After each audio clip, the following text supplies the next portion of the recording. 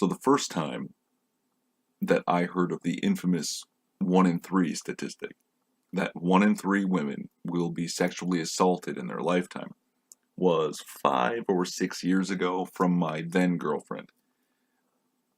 And I'm not an expert of any kind, but I do have a simple understanding of statistics, including the idea that a statistic tells us more than what the statistic tells us.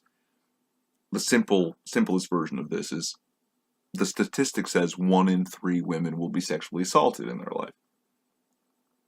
It stands to reason then that 2 in 3 women won't be.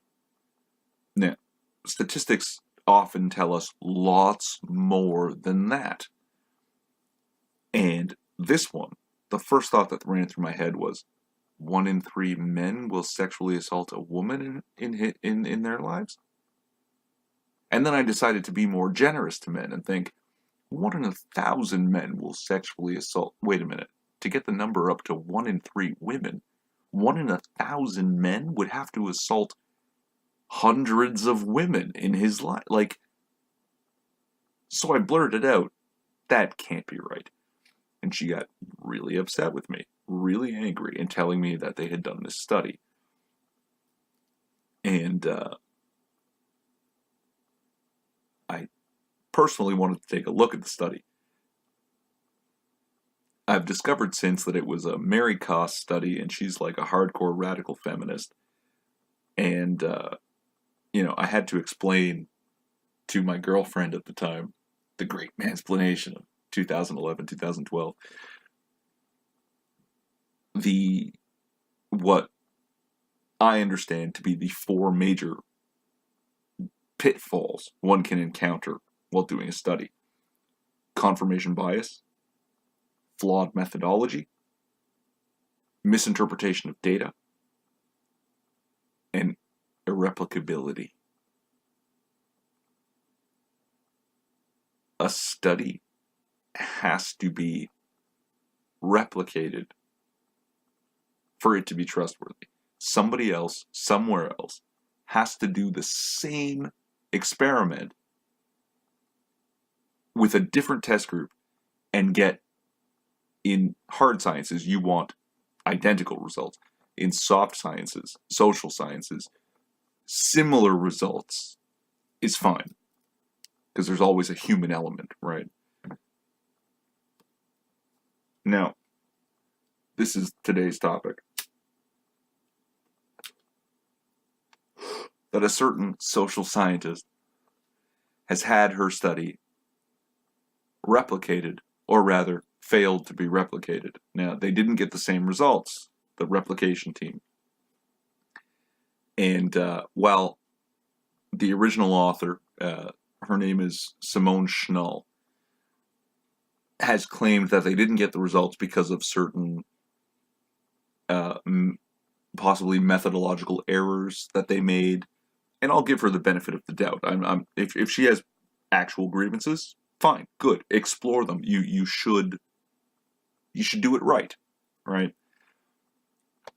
But what's really, really disappointing is the amount of people jumping up to her defense with just these ridiculous claims that people who try to replicate studies are replication bullies, that the false positive police, data detectives, like that's somehow a bad thing. They refer to them as shameless little bullies and second stringers. Now, listen, if you want to consider them second stringers, they're the only reason that a first stringer's work, quote unquote, has any value at all. If you haven't reproduced the results, it's bullshit.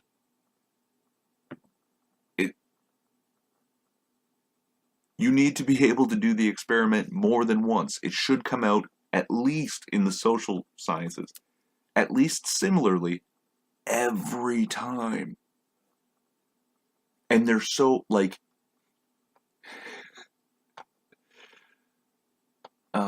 They referred to them as assholes. Now, the replication team titled their study Go Big or Go Home because they had used far larger sample sizes than the original author.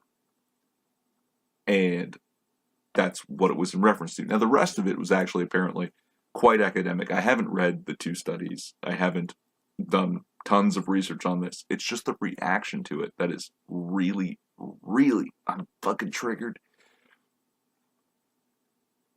And I can't remember where I read it. It's not in this article. I've got two articles open up here. The original sample sizes in the original study were, in two different experiments, 40 test subjects and 43 test subjects, respectively.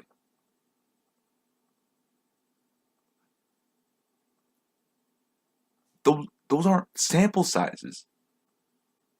Those are family gathering sizes.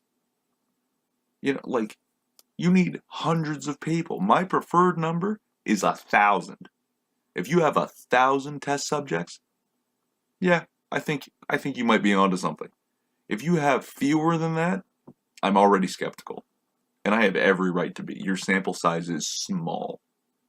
And 40 people? I can fit 40 people in my house. Like, that's not a sample size. That's not representative of anything.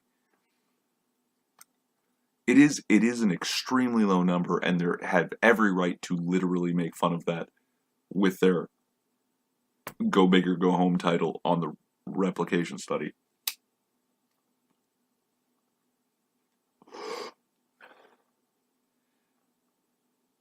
It's just, oh my god, bullies. They're calling them bullies. How dare they try to replicate your study? How dare they question it? And there's been some really good tweets about this. Someone referred to her response as an expose of the replication police. And some of the people for the replicators, this is a beautiful tweet. This is just fantastic. I am honestly surprised that the number of psychologists who don't understand how crucial replication is so much larger than zero.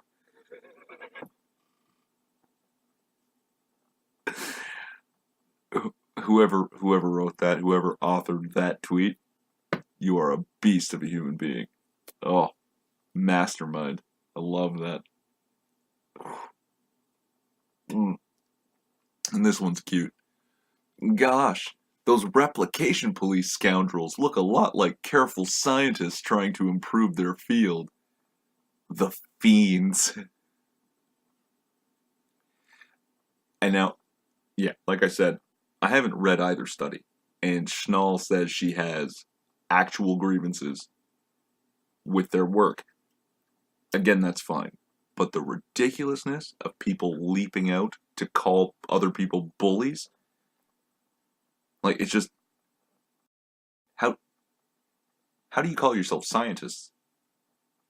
Of any kind, social or otherwise, you know? The whole point of your experiment is to prove your hypothesis wrong. It's the principle of falsifiability. If there's no method by which you can prove it wrong, your whole hypothesis is invalid.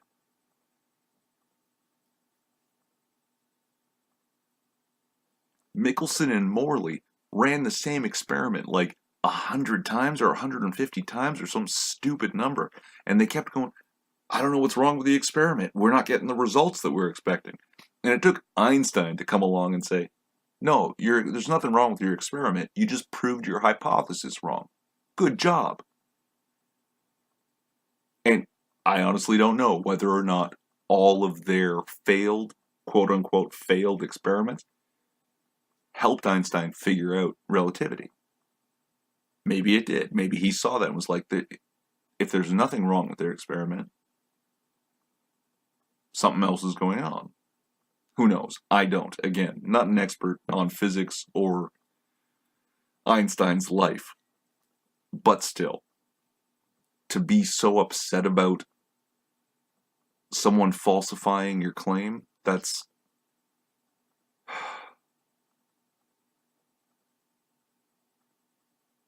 I weep for academia. Relevant links to shit I said in the description? Maybe. I'm Irving Twin. Like, subscribe, or don't. It's a free country. At least it used to be.